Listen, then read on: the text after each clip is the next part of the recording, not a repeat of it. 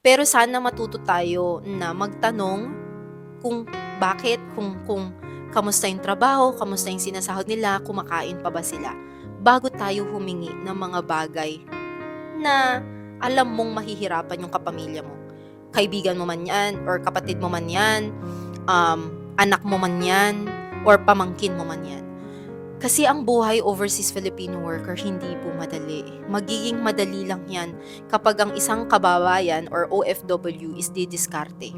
Katulad ng ginawa ko dito, ang nangyari po sa akin, nakakita po ako ng oportunidad na mag-business within real estate din. Kasi syempre ako'y nagbebenta ng mga bahay at lupa dito, ako po'y nagpaparenta ng mga bahay dito. Every time na ibibigay namin yung susi sa bagong may-ari or dun sa bumili or dun sa rerenta, kailangan malinis siya.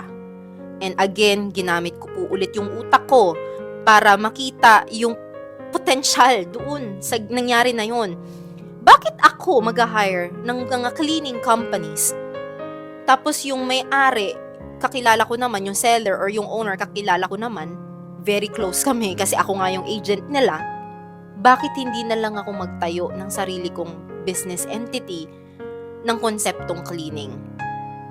Para lahat ng nabebenta ko or lahat ng napaparentahan ko is ako na rin yung gagawa or yung mga team ko na or empleyado ko na or cleaners ko na yung gagawa. At least walang tapon pera or oportunidad rin yun para dumagdag sa kita.